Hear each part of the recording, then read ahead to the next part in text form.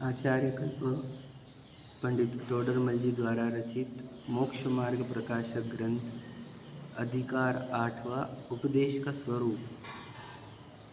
जिनेंद्र भगवान उपदेश देते हैं दिव्य ध्वनि के माध्यम से, जिस उपदेश में उनका विकार नहीं, पूर्व कर्म के माध्यम से सर्वांग से शरीर से ऐसी दिव्य ध्वनि खिलती है जिसके ग्रहण करने से मोह का नाश होता है। मोह महा बीमारी है। कल हमने सुना था शाम को कि मोह ही सभी पापों का, सभी दोषों का कारण है। मोह अर्थात देह से एकत्व, ममत्व, कर्तृत्व, भोक्तृत्व। इस महा बीमारी से सभी जीव, संसारी जीव ग्रासित है। तो इसका इलाज जिनेंद्र भगवान की वाणी है। भाग्यवान जीव रहते हैं, वे जैनत्व को प्राप्त करते हैं। उसका भी कारण ये है, क्यों प्राप्त करते? जैन धर्म मिलना ये सौभाग्य की बात नहीं है, सच में बात है। जिनवानी को सुनने मिलना यह सौभाग्य की बात है, क्योंकि जैन धर्म जिनवानी के सिवा कुछ भी नहीं है। कोई भी धर्म उनके धर्म शास्त्रों के सिवा कुछ नहीं होते। तो जिनवानी मिलना ये है वो जैन धर्म मिलना, मतलब जिनवानी मिलना। और जिनवानी मिलकर भी क्या होना चाहिए? उपदेश ग्रहण करके मोह का नाश होना चाहिए। मोह के नाश से हमारा कल्याण होगा। तो मोह का नाश उपदेश से होगा। तो उपदेश को ग्रहण करने का कैसा, उपदेश कैसे होते हैं, क्यों होते हैं, ऐसा सब वर्णन हमारे को 8वें अधिकार में मिलता है। अब 8वें अधिकार में हम चरणानुयोग की कथन शैली सुन रहे हैं, जहाँ उन्होंने कहा कि जो जीव निश्चय को नहीं समझ सकते उनको व्यवहार ही का उपदेश दिया जाता है। जो निश्चय समझते हैं या समझने की क्षमता रखते हैं, उन्हें निश्चय सहित व्यवहार का उपदेश दिया जाता है। व्यवहार ही के उपदेश में सम्यक दर्शन, ज्ञान, चारित्र जो रत्नत्रय होता है ना, जो मोक्ष मार्ग है, उसका व्यवहार स्वरूप बताकर ये कहा जाता है कि सम्यक दर्शन के लिए आपको देव आदि का त्याग करो, सम्यक ज्ञान के लिए जिन शास्त्रों का अभ्यास करो, और सम्यक चरित्र के लिए व्रतों का अवलंबन करो, व्रतों को अंगीकार करो। ये व्यवहार ही का उपदेश है। और निश्चय सहित व्यवहार का उपदेश में ये आया है कि आप अपने स्ववस्तु का चिंतन करो, सात तत्व के माध्यम से मैं कौन सी सत्ता हूँ, है ना। ऐसा अभ्यास करने पर स्वयं को गुरु का त्याग होता है। स्वयं को जानो, अपने ज्ञान से अपने स्वरूप को जानो, तो सहज ही उसके लिए जिनवानी का अभ्यास हो जाता है। और राग द्वेष कम करने के लिए सहज ही व्रतों का पालन होता है, ऐसा हमने पढ़ा। फिर हमने ये भी पढ़ा कि जिन धर्म में ये कराया जाता है कि तीव्र कषाय हटाकर मंद कषाय कराई जाती है, ये पैराग्राफ भी हमने पढ़ा कि तीव्र कषाय से तो इसको पाप बंद होगा, दुर्गतियाँ होगी, इससे उसको हटाकर मंद कषाय रूप क्रिया कराते हैं। और फिर बाद में मंद कषाय का भी अभाव करा के बाद में, तो अगले पैराग्राफ में ये कहा कि तीव्र कषाय भी करा सकते हैं। बोलते हैं इस जीव को पाप से छुड़ाने के लिए तीव्र कषाय भी कराई जाती है। जैसे जो अपने पैराग्राफ पढ़ा था वो निकाल, परसों का पैराग्राफ 280 पर है ना, आखिरी पैराग्राफ।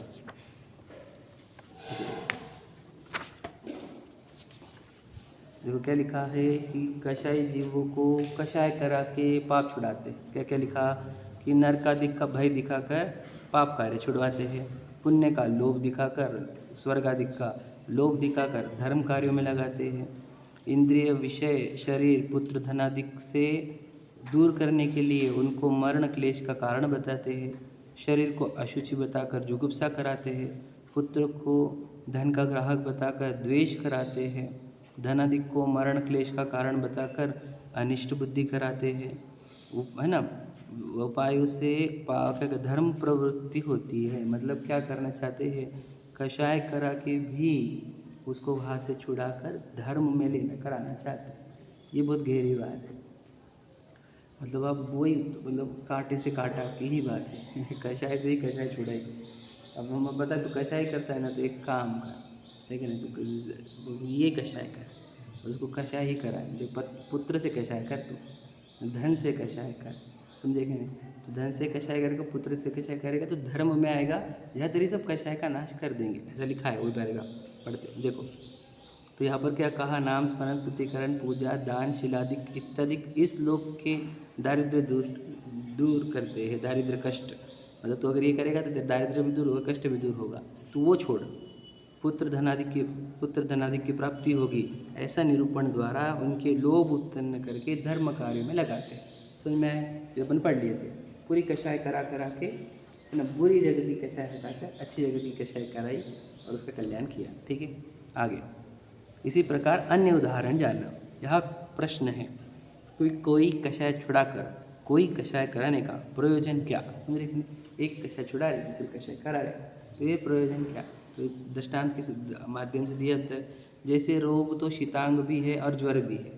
मतलब क्या, बॉडी में बहुत शीतलता हो गई वो भी रोग है, और बॉडी में बहुत गर्मी हो गई तो वो भी बहुत रोग है, दोनों भी रोग है। समझ रहे? परंतु किसी को शीतांग से मरण होता जाने, समझ रहे? मतलब क्या, जिस शीतल अंग हुआ, मतलब बहुत सर्दी बढ़ गई, कफ रहता है ना मेनली, तो वो बढ़ गए तो बोले तो मरण होगा इसका, तो उसको क्या करेंगे? और ज्वर होने के पश्चात उसके जीने की आशा हो, लेकिन अगर इसको अगर बुखार करा दी, हीट बढ़ा दी इसके बॉडी में, तो अगर ऐसी आशा है तो बाद में ज्वर को भी मिटाने का उपाय करता है। मतलब समझिए, ऐसे देखेंगे आप डॉक्टर, जब जिसके बहुत कफ हो गया उसको एकदम गरम चीज़ें दी जाती है। घर में भी देखो, अब वो गरम चीज़ें, जैसे आज के इसमें क्या बोले हम, काली मिरी हो गई, ये वाली चीज़, तो वो गरम चीज़ें वैसे तो बहुत हानिकारक है, उससे भी दिक्कत दूसरी आ सकती है बॉडी के अंदर। और क्या करें, पहले हम उसकी शीतलता कम करना चाहते हैं, शीतलता से मरण होगा उसका, फिर बाद में गर्म हीट बढ़ गई तो हीट को सॉल्व किया जा सकता है वापस से। समझे कि नहीं? अभी ये जो शीतांग है वो मृत्यु तक पहुंच गया है, तो ये हाथ से हटके के तो छोटी सी बीमारी भी हो गई नहीं तब भी चल जाएंगे हमारे को। समझे कि नहीं समझे? कि भाई उसको अल्सर हो गए, पाइल्स हो गए आदि, तो वो भी चल जाएगा, या फिर मरने की हालत आई उसकी। समझे? जो डॉक्टर भी देखो बहुत सारी दवाई देते हैं, ऐसे डेंजर, ये आजकल के एलोपैथी वाले, समझ रहे कि नहीं, गर्म करने के लिए। तो वो जैसे बोलती है हो गया तुम्हारा, ठीक हुआ तो इसको बंद कर देना, है कि नहीं? तो ये उसके बाद में मत लेना अगर ठीक हो गया तो बस, जब तक ठीक हो रहा है तब तक लेना है, नहीं हुआ तब तक। समझ रहे? तो इसका अर्थ क्या होता है कि शीतांग से मृत्यु होती जाने, तो जर के लिए है पश्चात उस जीने की आशा हो, तब बाद में ज्वर को भी मिटाने का उपाय करता है, बाद में ज्वर भी मिटा दिया जाता है। उसी प्रकार कषाय तो सभी है, ये बात पकड़ लेना। कषाय का अर्थ क्या है? क्यों? कसती है ना, कसने वाली चीज़ अच्छी थोड़ी हो सकती, बुरी चीज़ रहती है। हमने जिनवानी से कषाय को है जाना है, स्वानुभव से नहीं।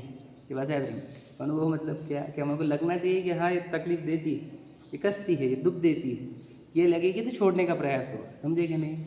जिनवानी ने कहा आत्मा उपादेय है, इसलिए आत्मा उपादेय लगता हमारे खुद को उपादेय लगा समझे कि नहीं? हमारे को कभी जिनवानी ने कहा देह जो है उसका एकत्व दुखदायी है, हमको कभी लगा ही नहीं। अरे आप एक समय के लिए देह की मैं बने की कल्पना करो, तुम्हारे को तुरंत भय और चिंता गिफ्ट में मिलती है। अब तुम्हारे को निरंतर करने के भाव गिफ्ट में मिलते हैं, आकुलता तुरंत मिलती है। मतलब देह के एकत्व में, ममत्व कर्तृत्व में इतनी आकुलता छुपी हुई है, जब हम इसको प्रत्यक्ष खुद देख लेंगे तब आपको बोलना नहीं पड़ेगा कि मोह छोड़ो, देह का एकत्व छोड़ो, राग द्वेष छोड़ो समझे क्या? तो ये सरल है एकदम, पर हम वो अगर उसको स्वानुभव से करेंगे प्रमाणित, तो स्वानुभव से मतलब खुद देख लो उसको, अनुभव खुद ही अनुभव करो कि ये जो एकत्व ममत्व होता है, अब कर्तृत्व का हमने नहीं छोड़ा तो जिंदगी भर करने से मरेगा तो, और करेगा तो एक याद रखना वस्तु स्थिति ये है कि हम कुछ भी नहीं कर सकते। आप बोलेंगे कैसे क्या नहीं कर सकते, इसका बहुत अच्छा लॉजिक है। तो तू करना जो चाहता है तो किससे करना चाहता है? हाथों से। वो तेरे हाथ नहीं है, अब तू करेगा कैसे बता समझे कि नहीं? तू करने की जितनी भी भाषा बोलता है वो हाथ के एंगल से ही बोलता है, बराबर है? अभी हाथ तेरे है नहीं, देख नहीं, साड़ी मांस चमड़ा है इसके अंदर, अपन तो अमूर्तिक सत्ता है, ये तो अपना है ही नहीं, तो अपन कैसे करेंगे? न निमित्त नैमित्तिक संबंध है ना, अगर निमित्त नैमित्तिक संबंध इतना स्ट्रांग बैठता है तो उड़ के बता फिर, समझे कि नहीं? तेरे समझ, जो जो कर सकता है करके बता, हम जो बोल रहे हो उसका निमित्त नैमित्तिक संबंध उसके मनुष्यत्व के हद तक ही है, बात समझ लेना। तो कहना कि करने का तो स्कोप ही नहीं इस विश्व में, बिल्कुल भी स्कोप नहीं है, अकर्ता ही है सब। अभी क्या बताएं हम, प्रत्येक वस्तु परद्रव्य में अकर्ता है, बराबर है क्या नहीं? वो वस्तु की भी पर्याय स्वतंत्र परिणमती है। पर अगर ये देह का एकत्व नहीं छोड़ेगा तो इस कर्तृत्व तो इसका पीछा नहीं छोड़ेगा। अभी कर्तृत्व तो याद रखना, जिसको ज्ञाता आत्मा दिखता नहीं है उसको करता हुआ शरीर दिखता है। फिर करता हुआ शरीर में उसको जिंदगी भर करने के विकल्प से मरेगा। एक क्षण के लिए भी उसको आराम नहीं, बोला क्या कि करने से आराम नहीं। तो इतना दिक्कत होती है एक कषाय में ही। अगर हमने प्रत्यक्ष देख लिया कि कर्तृत्व में बहुत तकलीफ है और अकर्तापने में निराकुलता है, तो आपको फिर कर्तृत्व बोझा लगेगा, फिर देह का एकत्व बुरा लगेगा और तब ज्ञागम अपना हो जाता है। जब तक हम खुद से प्रमाणित नहीं करते ना, तो वो तो जिनवानी बोल रही है इसके लिए करना है। आप समझे क्या? सच में देखो, कषाय बुरी लगी क्या हमारे पे? जो लिखा हुआ है कि कषाय तो सभी बुरी है, तो क्या मंदिर में आने वाली कषाय बुरी लगी क्या हमारा? इसमें भी अकुलता है। देखो, हम तो ये चाहते हैं कि ये भी छूटे। दो कारण है नहीं छूटती। एक कारण ये है कि अगर हमने ये वाली कषाय नहीं हमारे को तो वो अगर गलती से, उसमें तो और तड़पना है, तो ये ठीक है, ये एंगल से बोला जाता है। और दूसरा कि हम आत्मा में लीन नहीं हो पा रहे ना, क्या करें? फिर या फिर आती कोई ना कोई कषाय तो या समझे कि नहीं? अब क्या करें, ऐसा है। तो छोड़ने तो हमारे को ये भी है, कषाय तो सभी बुरी है। देखो लिखा क्या है, कषाय तो सभी है, ठीक है, परंतु किन्हीं जीवों के कषायों से पाप कार्य होता जाने। समझ रहे? कषाय से पाप कार्य, वहाँ श्री गुरु उनको पुण्य कार्य के कारणभूत कषाय होने का उपाय करते हैं। लिखा है, वर्ड है श्री गुरु। श्री गुरु कौन? श्री गुरु मतलब चेंज हो गए। जिनवानी नहीं, श्री गुरु वर्ड है ना। जिनेंद्र भगवान परम गुरु हो, समझ रहे क्या? ये जिनवानी का अर्थ क्या? जिनेंद्र भगवान के बारे में ना, मतलब जिनवानी और जिनेंद्र भगवान एक ही छे। आप समझे क्या? तो जिनेंद्र भगवान बोलते हैं ऐसा, ये बोलना है हमारे को। ऐसा नहीं कि कोई गुरु बोल दिए है, बात समझना। मुझे से स्ट्रेस देना था इस बात पर कि श्री गुरु क्या लिखा है कि वो क्या कर रहे श्री गुरु हमारे? श्री गुरु उनको पुण्य कार्य के कारणभूत कषाय होने का उपाय करते हैं। तो लिखा है कषाय होने का उपाय करते श्री गुरु। हाँ, चरणान योग भी जिनेंद्र भगवान की ही वाणी है। समझे कि नहीं? चरणान योग में ही ऐसा कहा जाता है। ये मंदिर आना भी कषाय है। अब किसी को नहीं समझ में आता है, समझे क्या नहीं? भक्ति पूजन भी यार हमने बताया था आपको, याद रखना। गुप्ती पालना भी कषाय होता है। जब अपने पढ़े थे संवर तत्व की भूल, तब बताया था गुप्ती पालने की नहीं, हम स्वरूप में मग्न हो गए तो वो तीनों चीज़ें काम बंद कर गई, उसको गुप्ती कहते हैं एक्चुअल में। और गुप्ती पालने की अब मुझे बिल्कुल भी हिलने का नहीं है। ये भी राग में आता है और ये भी कषाय में आता है।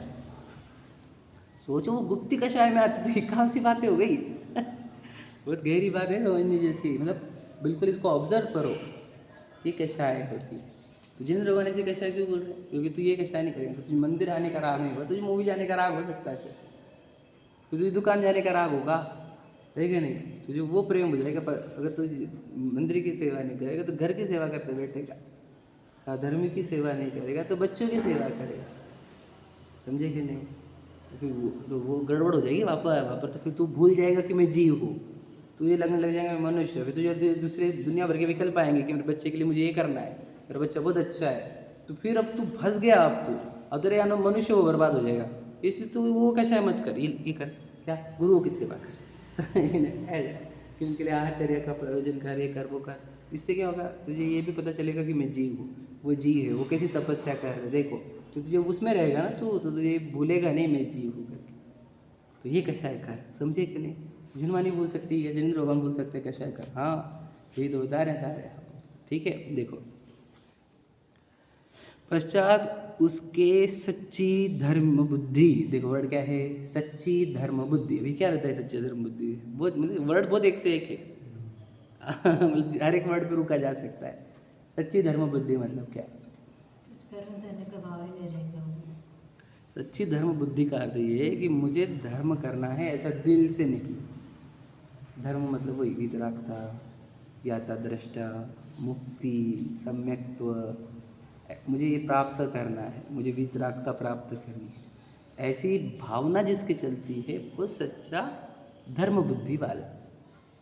समझे कि नहीं? अब हमारी भावना ये है कि हम अमीर बने, मेरे बच्चे का अच्छा हो, ये धर्म बुद्धि नहीं है। मेरी प्रसिद्धि हो, मेरा नाम हो, ये भी धर्म बुद्धि नहीं है। समझे कि नहीं?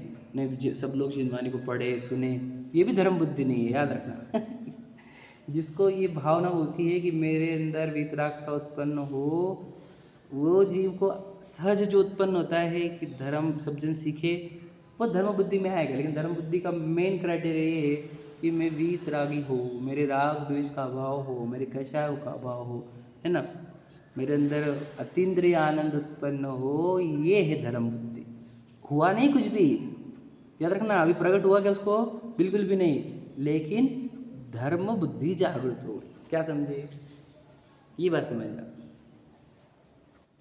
धर्म बुद्धि के है क्या प्रश्न है? सच बताओ खुद को, धर्म बुद्धि समझे क्या नहीं? तो जिसके सच्ची धर्म बुद्धि हुई जाने, तब बाद में वह कषाय मिटाने का उपाय करते। मतलब क्या? अब उसको भावना हो गई नहीं वितरागी बनने की, अब हो गया ना वो, चलो कषाय मिटाओ। मंदिर में बैठ के कुछ नहीं होगा, आत्मा स्वाध्याय करो। स्वाध्याय मतलब आत्मा का, जिनवानी पढ़ पढ़ के कुछ नहीं होगा, आत्मा में लोग स्वयं अनुभव करो उसका। समझे क्या नहीं? धर्म बुद्धि वाला हो गया ना वो। अब हमारे को डाउट नहीं कि वो पत्नी बच्चों में जाएगा, क्योंकि खुद के अंदर धर्म बुद्धि क्रिएट हो गई उसकी। कौन सच्ची धर्म बुद्धि?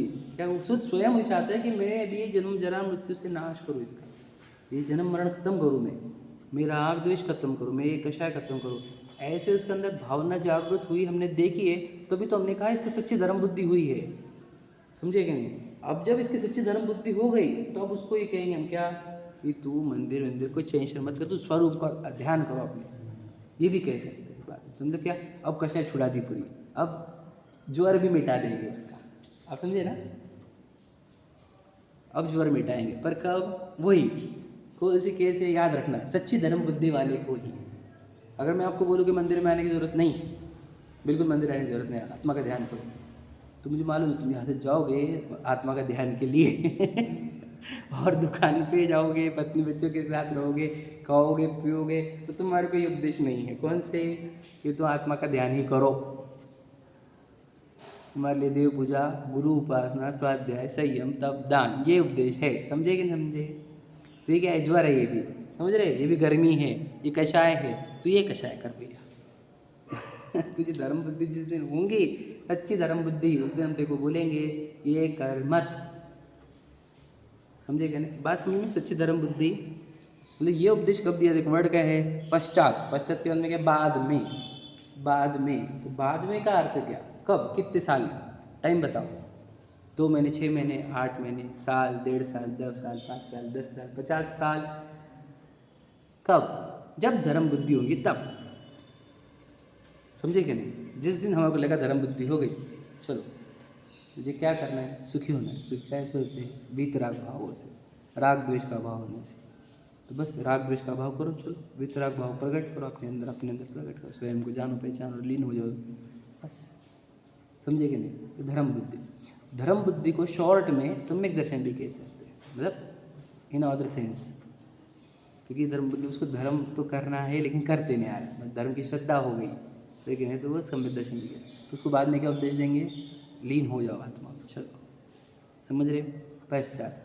अब क्योंकि अब हम उसको जब बोल रहे हैं कि मंदिर में आने की जरूरत नहीं, तो हमें पता है कि वो अब आत्म ध्यान ही नहीं लगेगा, उसको तो लौकिक चीज़ें पसंद है ही नहीं, तो उसको कहा जाएगा ऐसा उपदेश। समझ में आया? देखो, तब बाद में वह कषाय मिटाने का उपाय करते हैं, ऐसा प्रयोजन जानना। मतलब क्या? पहले उसको कषाय कराई कि नहीं कराई? कराई। समझे कि नहीं? कौन सी कषाय? पत्नी बच्चों की छुड़ाई, देव शास्त्र गुरु की लगाई। ये कषाय से कषाय में, कषाय से कषाय को छुड़ाया भाई। याद रखना, कांटे से कांटे को निकाला गया है जैन शास्त्रों में भी। अब बहुत लोग समझता ही नहीं, वो तो देव शास्त्र गुरु को धर्म माने बैठे। आप समझे कि नहीं? कषाय को राग भाव में धर्म मानना, फिर जो मिथ्यात्व है, किसको सोचो, किसी को समझ में दूर दूर तक। मतलब कोई मंदिर छोड़ के भी कोई धर्म है, ये पता है लोगों को। अगर मैं बोलूँ किसी को कि मंदिर जाना धर्म नहीं, तो वो मारने को उठेंगे। बहुत अच्छा कहा था उन्होंने, शांति जी पाटिल ने, क्या कि धर्म क्या है? सिद्ध भगवान। समझ में? धर्म क्या है? सिद्ध भगवान। मेरा क्या है? सिद्ध भगवान। मैं कौन हूँ? सिद्ध भगवान। तीनों का उत्तर एक ही है। उसमें थोड़ा सा उसमें एडिटिंग होगा कि मेरा क्या है? जो सिद्ध भगवान का है। धर्म क्या है? जो सिद्ध भगवान कर रहे हैं।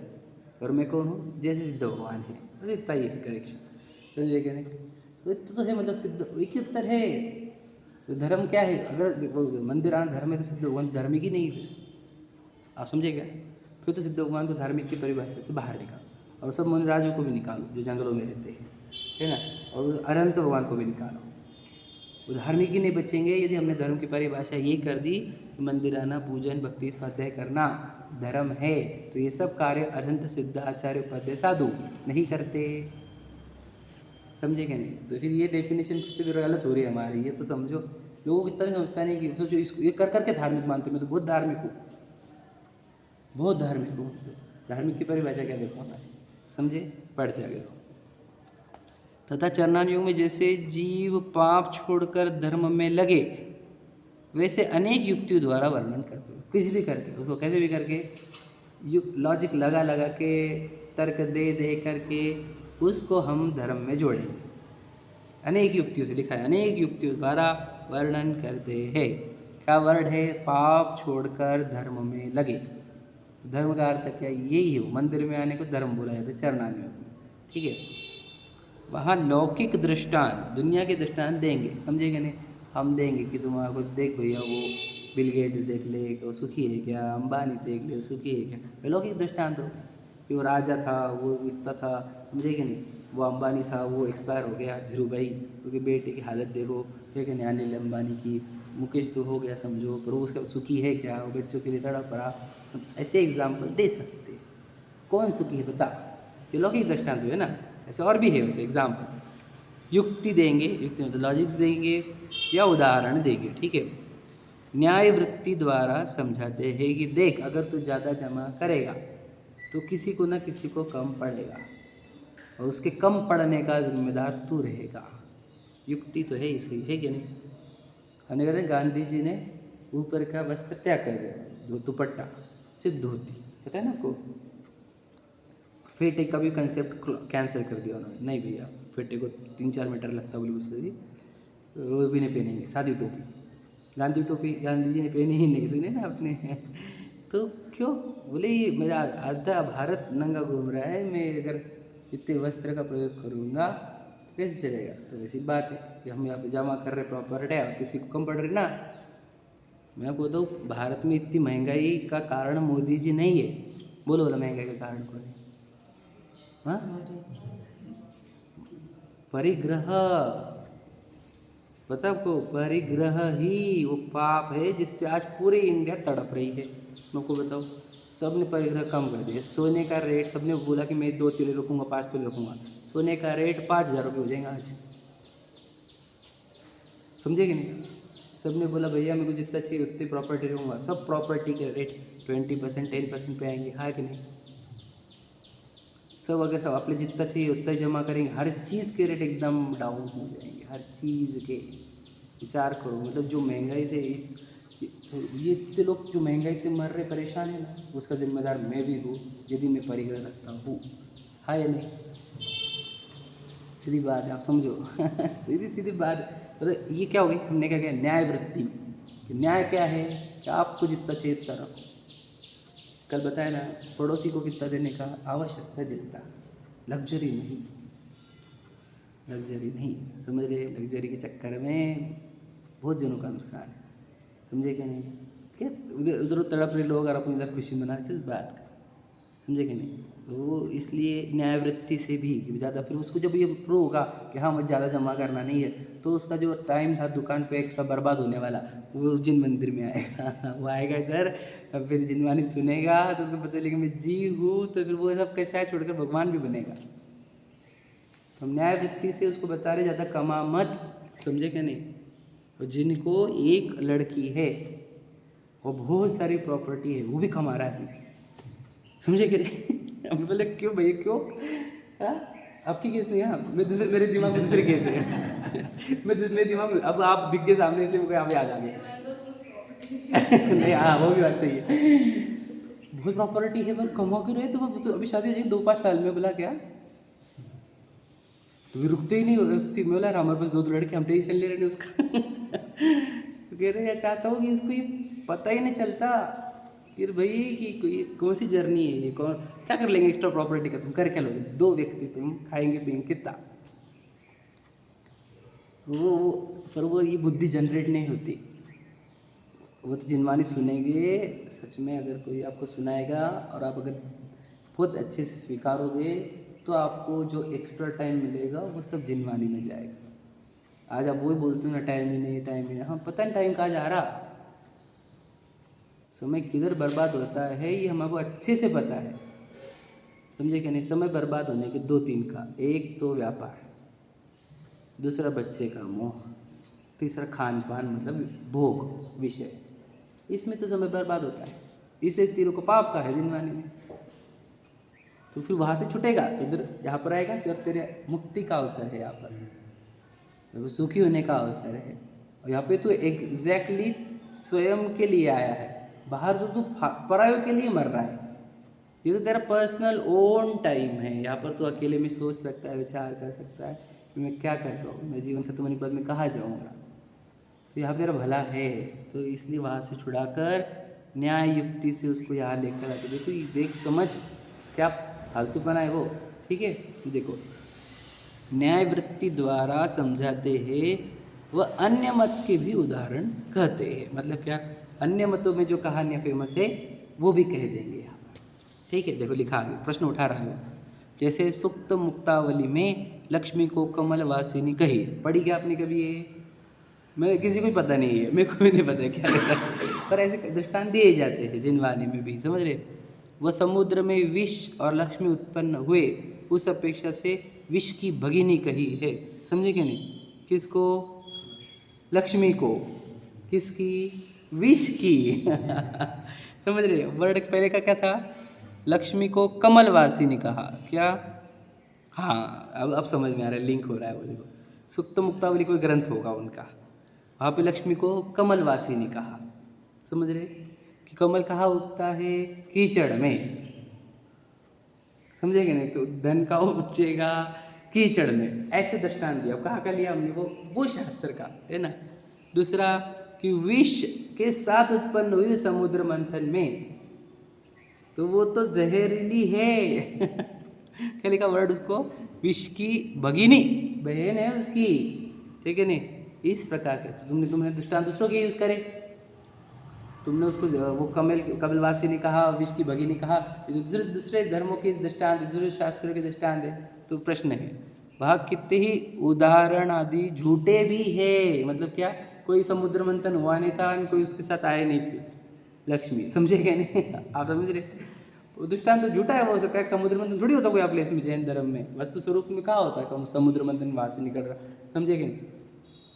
फिर तुमने दृष्टांत क्यों यूज़ करे फिर ये भले? तो झूठा दृष्टांत है ना, तो झूठा दृष्टांत है ना ये तो कि वो वहाँ से निकली है ना। झूठे दृष्टांत किसे यूज़ कर रहे तो हमको समझाने के लिए। प्रश्न ये है, परंतु देखो वर्ड क्या है, परंतु सच्चे प्रयोजन का पोषण करते हैं, इसलिए दोष नहीं है। प्रयोजन सच्चा, प्रश्न तो वही आगे देखो। यहाँ कोई कहे झूठ का तो दोष लगेगा ना आपको, कि आपने जो बोला कि समुद्र मंथन में से लक्ष्मी और विष सामने साथ में निकलता है, इसलिए वो बहन है विष की। तो तुमने तो तुमको झूठ का दोष लगा कि नहीं लगा? क्योंकि तुमने बोला समुद्र मंथन में से निकले थे विष और लक्ष्मी साथ में, तो तुमको झूठ का दोष लगा कि नहीं लगा? प्रश्न है, समझे कि नहीं। तो कहते देखो, यदि झूठ भी है और सच्चे प्रयोजन का पोषण करे तो उसे झूठ नहीं कहते। टोडरमल जी की लाइन लिख लेना घर पे समझे कि नहीं, बहुत इंपॉर्टेंट है। सच्चा प्रयोजन इंपॉर्टेंट है, झूठ भी चल जाएगा हमारे को क्या, और वो सच भी नहीं चलेगा जिसका प्रयोजन झूठा है। लिखा है देखो, और झूठे प्रयोजन का पोषण करे वह झूठ ही है, उसको तो झूठ ही कह देंगे हम जब प्रयोजन ही झूठा है। तो यहाँ पर जब प्रयोजन सही है तो हम वो दृष्टांत यूज़ करें उनके काल्पनिक तो भी चल जाएगा, समझे। देखो, अलंकार युक्ति नामादिक में वचन अपेक्षा झूठ सच नहीं है, समझे क्या नहीं। ध्यान रखना, अलंकार यूज़ करने में, युक्ति यूज़ करने में, नाम यूज़ करने में, समझे क्या नहीं, झूठ सच नहीं है, प्रयोजन की अपेक्षा झूठ सच है, समझे कि नहीं। तो महावीर था और वो बहुत डरपोक था अभी तुमने ऐसा कैसे यूज़ कर लिया वर्ड महावीर, ये वर्ड यूज़ कर रहे, मतलब भूमाएं महावीर की बात नहीं कर रहे हम।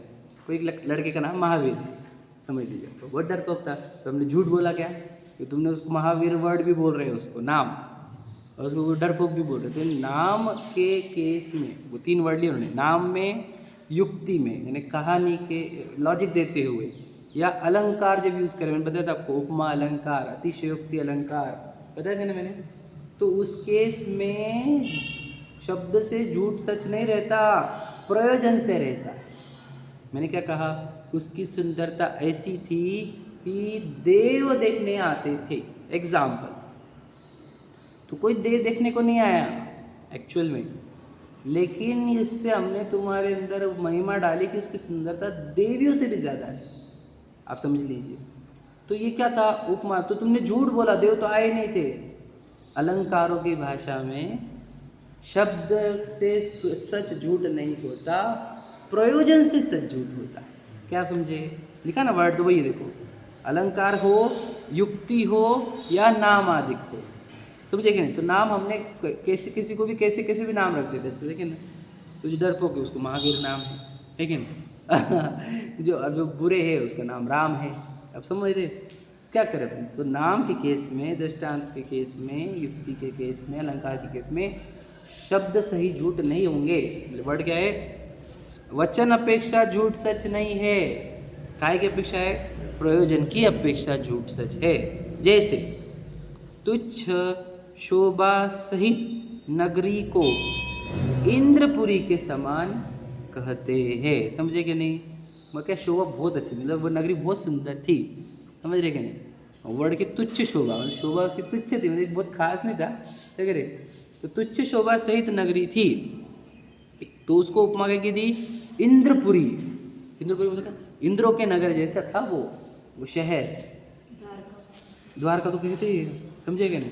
द्वारका तो सुंदर ही थी, या देवों ने बनाई हुई थी, बस समझे क्या नहीं, समुद्र के बीच में बनी हुई थी। आज भी मिलते हैं अवशेष के जगह, नीचे गया ना वो भी, समझ रहे क्या। तो सुंदर कहे देवपुरी, मतलब इंद्रपुरी जैसा सुंदर है। और वो बोले इंद्रपुरी का कंपैरिजन ये यहाँ से होता थोड़ी, वो तो इंद्रपुरी रहती है भैया, वहाँ पे तो सब अलौकिक है ना। तो फिर वो कह रहे कि वो और ये कंपैरिजन है, लेकिन फिर भी उपमा दी हमने, वर्ड दी नहीं, देखो। तो क्या करे, परंतु शोभा के वो क्या करे, सो झूठ है। झूठ है क्या नहीं, क्या कहा झूठ, कि इंद्रपुरी के समान, तो ये झूठ है, लेकिन परंतु शोभा के प्रयोजन का पोषण करता है। और ये बात सही बोली, कौन सी, कि बहुत सुंदर थी। बात समझे कि नगरी की बात करें तो सुंदर थी भैया, समझे कि नहीं। प्रयोजन तो सही किया, ऐसा तो नहीं था कि झूठ ये बोला कि सुंदर बिल्कुल भी नहीं थी, एकदम गंद थी। भाषा एकदम बढ़िया भाषा यूज़ करी, एकदम घृणा लायक थी, भाषा अच्छी हो गई, लेकिन प्रयोजन उल्टा हो गया। एक्चुअल में क्या थी, सुंदर थी, और हमने अलंकार के माध्यम से क्या बताया, सुंदर। तो सुंदर सुंदर प्रयोजन सेम है, तो शब्द झूठे नहीं। हमने सिर्फ इतना वर्ड यूज़ किया, इंद्रपुरी के समान। वो क्यों, महिमा मंडन के लिए। बात समझ रहे कि नहीं। प्रयोजन तो एज इट इज़ है ना, सुंदर बताना तो सुंदर बताए, समझे। तो ऐसे समझना। अरे ये बात गहरी भला क्या, क्योंकि कभी कभी आपको एक आधी चीज़ ऐसी लगेगी कि यार ये तो झूठी बोली है, तो याद रखना, बहुत अच्छी बात है। कहानियाँ झूठ लगती है बहुत सी, तो उसमें क्या देखना, प्रयोजन क्या है, टेक अवे क्या है, उससे क्या लेना है, ये इम्पोर्टेंट है, रादर देन कि क्या कहा गया है। समझे क्या नहीं, क्योंकि वो लिखे हुए हैं किसी विशेष प्रयोजन से, वो प्रयोजन को समझो, ठीक है नहीं। तुम्हारा ऐसे लगेगा कि ये तो झूठ का अलंकार की भाषा होती है बहुत जगह पर, समझे क्या नहीं। तो अलंकार की भाषा में ऐसे लगेगा हमारे को कि क्या भैया किस क्या, समझ रहे। तो इसका अर्थ ये पकड़ना, प्रयोजन सही है ना। देखो, तथा इस नगरी में छत्र को दंड है, अन्यत्र नहीं है, समझे कि नहीं। अभी छत्र को दंड मतलब क्या, कि समझ लो पापियों को दंड है, बाकी किसी को दंड नहीं है, इस अपेक्षा से कुछ कहा है। देखो, ऐसा कहा सो झूठ है, अन्यत्र भी दंड देना पाया जाता है, परंतु वहाँ अन्यायवान थोड़े हैं, न्यायवान को दंड नहीं देते, ऐसे प्रयोजन का पोषण करता है, इसलिए झूठ नहीं है। मतलब समझे क्या, शॉर्ट में, कि ये नगरी में सिर्फ पापियों को दंड मिलता है, तो एक आधे को, ऐसा मतलब एक आधे को, तो एक आधे को कैसे क्या, बाकी लोगों को नहीं मिलता। ज़्यादा करके न्यायवान है, इस अपेक्षा से कहा कि एका देखो ही दंड मिलता है। ये मतलब समझे क्या, वो वर्ड अलग है, वो अपन ने पढ़े तो समझे कि नहीं, ऐसा बोलना है तो हर जगह समझे कि नहीं कि हम क्या उसके दृष्टांत से अपनी भाषा में कहे तो भैया कल वहाँ पे कल बहुत लोग आए थे, सब लोग आए थे, तो सब लोग थोड़ी आए थे, समझे, नज़दीक वाले भी नहीं आए थे। अब प्रयोजन क्या था, बहुत लोग आए बताना था, प्रयोजन सिद्ध कर दिया, समझे कि नहीं। अपने झूठ बोला, सब दिन तो आए नहीं, क्या करें हम, ऐसे बोले, समझे कि नहीं, ये आए थे ये नहीं आए थे, हमको बहुत लोग आए थे, एग्जाम्पल। वैसे ही यहाँ पर ऐसा बोला जाएगा जिनवाणी में चरणान योग में, जहाँ पे आपको झूठ लग सकती है, दृष्टांत बाहर के यूज़ हो सकते हैं, लेकिन उसके प्रयोजन सटीक होंगे। प्रयोजन क्या रहता है, बोलो, कल देखो 3 बजे शास्त्र पढ़ने के 3 क्या क्या बताए थे, बताओ। 3 चीज़ें, शास्त्र पढ़ने से पहले 3 चीज़ें पता होनी चाहिए, बोलो। 3 चीज़ें कल सुबह बताई थी, शाम को भी रिपीट की थी। बोलो, भूल गए? नहीं आप अपने थे ना, आपको नहीं पता, आप थे क्या सुबह, शाम को भी नहीं थे ना, तो आपको नहीं पता। अरे शास्त्र पढ़ने से पहले 3 चीज़ें पता होनी चाहिए। पहला, बोलो, हाँ, देखो, पहला था संबंध, अभिधेय और प्रयोजन, बराबर है। संबंध का बहुत अच्छा विश्लेषण हुआ। संबंध का अर्थ होता है कि ये जो दिख रहा है आपको, ये सब अक्षर है, ध्यान सुन लेना। अक्षर जो होते हैं वो क्या होते हैं, बोलो। नहीं, वो शब्द ब्रह्म वो अलग बात। अक्षर जो होते हैं ये आपको पता है क्या होते हैं, ये होते हैं, देखो वर्ड स्किप हो रहा है, बताने वाले, मतलब हाँ, और वो बताया जाए मतलब शब्द क्या होते हैं, देखो वर्ड स्किप हो रहा है, आ जाएगा 2 मिनट के अंदर। नहीं, शब्द ब्रह्म तो है ही, वाचक शब्द होते हैं, वाचक, और ये वाचक से वाच्य तक पहुंचना पड़ता है, समझे क्या नहीं। अब यहाँ पर ये जो, अब देखो, अब अगर आप देखेंगे इसको तो इसमें अक्षर दिखेंगे आपको, समझे क्या नहीं। और बिल्कुल अक्षर देखा जाए तो आपको क्या बताओ, कल ही मेरे को इतना अच्छा फील हुआ कि हम इसको किताब बोलते, कभी हम इसको पुस्तक बोलते हैं, कभी हम इसको जिनवाणी बोलते हैं, जो भी अलग शास्त्र बोलते हैं। मैं आपको बोलता हूँ कि इसके अंदर क्या है, बताओ, ध्यान से देखो, क्या है इसके अंदर।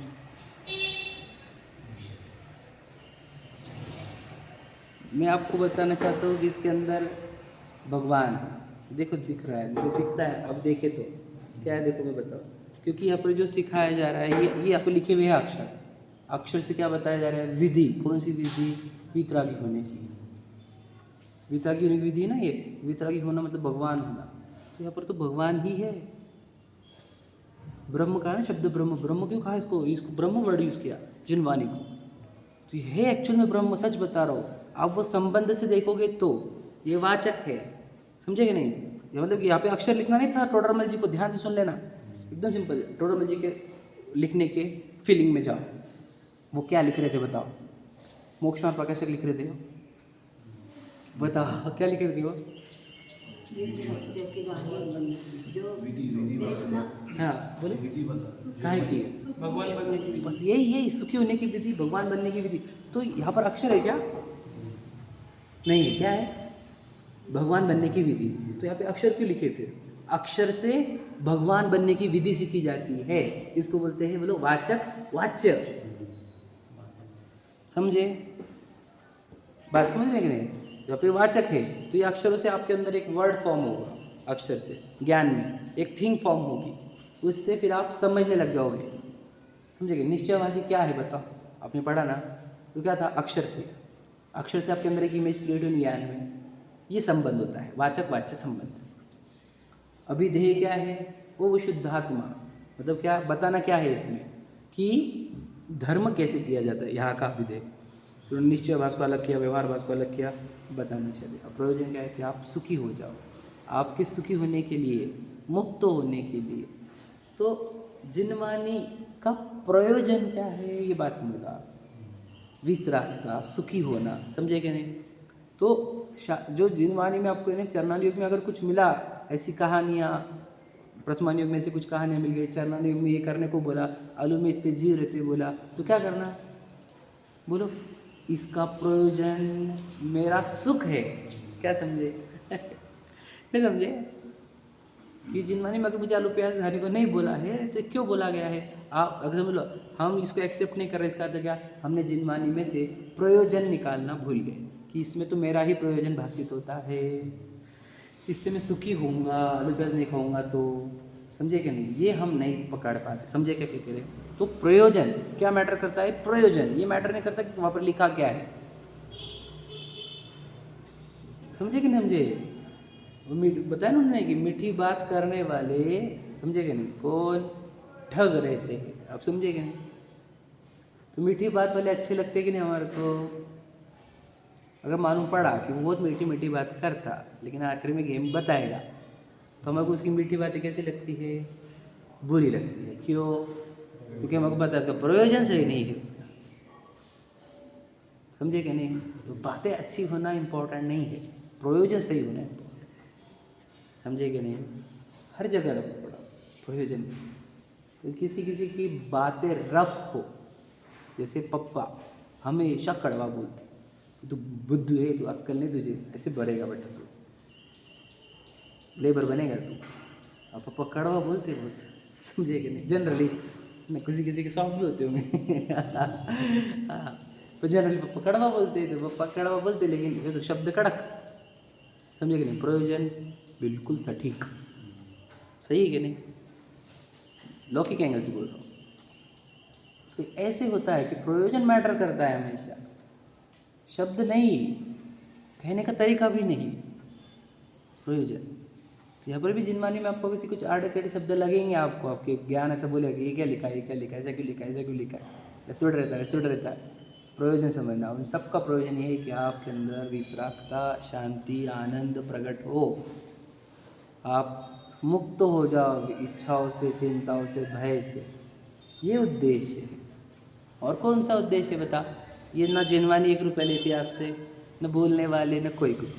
क्या तो है बता? सबका भावना ये है कि आप बड़े मुश्किल से उस निगोद से निकल कर आए हो, बहुत मुश्किल से जैनत्व को, दिगंबरत्व को लेकर आए हो, आपका ये भाव बर्बाद ना हो जाए, ये भावना से सब कुछ है ये। उन्होंने प्राण की आहुति देख के लिख लिया कि मैं नहीं हटाऊंगा वो जो लिखा है हमने, तो कर ले तो जो करना है, जो आएगा देखो 250 साल बाद, 300 साल बाद हम पढ़ रहे हैं वो बात। समझे कि नहीं? वो लिख के गए वो। समझे क्या? प्राण की आहुति भी दे दी हमने, सत्य के साथ समझौता नहीं, प्रयोजन खोटा नहीं कर सकता हूँ मैं इसके अंदर। समझे क्या? ये बात समझना आप, प्रयोजन नहीं खोटा कर सकता हो, प्रयोजन तो वितरागता ही रहेगा। तो जिनमानी कंटिन्यूस एक ही प्रयोजन से है, पूरी चारों अनुयोग हो, कहीं भी एक एक अक्षर एक ही प्रयोजन है, वितरागता। वितरागता की पोषक ही जिनवानी कहलाती। पढ़ो देखो, इस प्रकार अन्य मत नहीं ऊपर पढ़ते हैं ना। तथा बृहस्पति का नाम सुरगुरु लिखा है, वो मंगल का नाम कुज लिखा है, सो ऐसे नाम अन्य मत अपेक्षा है। मतलब क्या? कहीं पे बृहस्पति के जगह सुरगुरु वर्ड यूज़ कर लेंगे, कभी मंगल की जगह कुज नाम यूज़ कर लेंगे, तो वो अन्य मत में जैसा यूज़ किया है वैसा भी यूज़ कर लेंगे। समझे क्या नहीं? तो कह रहे इनका अक्षरार्थ है सो झूठा है, परंतु वह नाम उस पदार्थ का अर्थ प्रकट करता है, इसलिए झूठ नहीं है। ठीक है? अब मैं क्या बताऊँ आपको? बता एग्जाम्पल मैं देता हूँ आपको कि हाँ, कि मैंने स्वाध्याय के बीच में ये कहा कि आप वाटर को छान के पीना। समझेगा? तो ये झूठ है कि सही है? प्रश्न ये है। समझेगा नहीं? गलत बोला कुछ हमने? तो भैया कुछ भी बोलते, वाटर को छानने का, वाटर को थोड़ी छानने को। जिनवानी कहा है कि जल को छान के पीना है। आप समझे? कुछ भी बातें करते भैया। तो समझे क्या कह रहे हैं? हमने वर्ड कौन सा यूज़ किया अभी? अंग्रेजी का, जो था ही नहीं जिनवानी में, कहीं भी वाटर वर्ड नहीं मिलेगा आपको। पूरी जिनवानी चारों अनुयोग में जिनवानी में आपको वाटर वर्ड मिलेगा ही नहीं।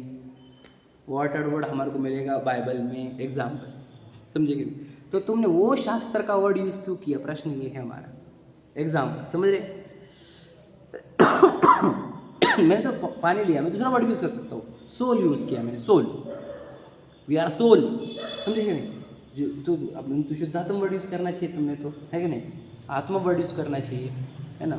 चेतन वर्ड यूज़ करना है, तुमने सोल वर्ड क्यों यूज़ किया? प्रश्न, समझे कि नहीं? तो याद रखना, ये वर्ड तो वहाँ के है, तो शब्द अर्थ में गलत हो सकता है, भाव अर्थ में कहीं पे भी गलत नहीं। क्या समझे? एक वर्ड क्या है? अक्षरार्थ है सो झूठा है, एग्जाम्पल यहाँ पर तो भी, समझे कि नहीं? परंतु वह नाम उस पदार्थों को प्रकट है। जब मैंने वाटर वर्ड यूज़ किया तो अपने बराबर पानी तक पहुँच गए ना आप। जब हमने सोल बोला तो बराबर आत्मा तक पहुँच गए ना। तो वहाँ पर वो वर्ड चल जाएंगे जिनवानी में भी, जो अन्य मत के हैं वो भी, क्योंकि वो बराबर वही चीज़ तक पहुँचा रहे हैं जो आपको चाहिए था। समझे कि नहीं? इसलिए जिनवानी के वचन पूरे के पूरे प्रामाणिक, किस बात से? एक ही शब्द से, बोलो, प्रयोजन से। समझे कितनी सीधी बात है? मतलब आप अगर जिनवानी की कोई भी लाइन आपके सामने रखी जाए, तो आपको अगर प्रयोजन याद आ गया तो आपको वो जिनवानी महान लगेगी कि इसमें मेरे मुक्ति की, मेरे सुख की, मेरे निर्वाण की बात लिखी हुई है। इसलिए जिनवानी को कैसे उठाना, कैसे रखना, कैसे हैंडल करना, इसमें वो ब्रह्म है, चैतन्य ब्रह्म है कि नहीं है? पूरा वही लिखा हुआ है, ये अक्षर नहीं है। ये चैतन्य ब्रह्म को बता देते हैं, इसलिए इसको क्या कहा गया? शब्द ब्रह्म, क्योंकि ये डायरेक्ट इधर इशारा करते हैं, समझे कि नहीं? तो जिसको जो बताए, वाचक को बताने वाले वाचक है ये, समझ में आया? वाचक और वाच्य संबंध याद रखना। यहाँ पर वाचक है, यहाँ पर पूरे वाचक है, और यहाँ वाच्य है। बहुत लोग वाचक तो फिर रुक जाते हैं, वो भी गड़बड़ कर लेते हैं। वाचक के बाद वाच्य तक पहुँचो, ठीक है? चलो, सहजानंदी।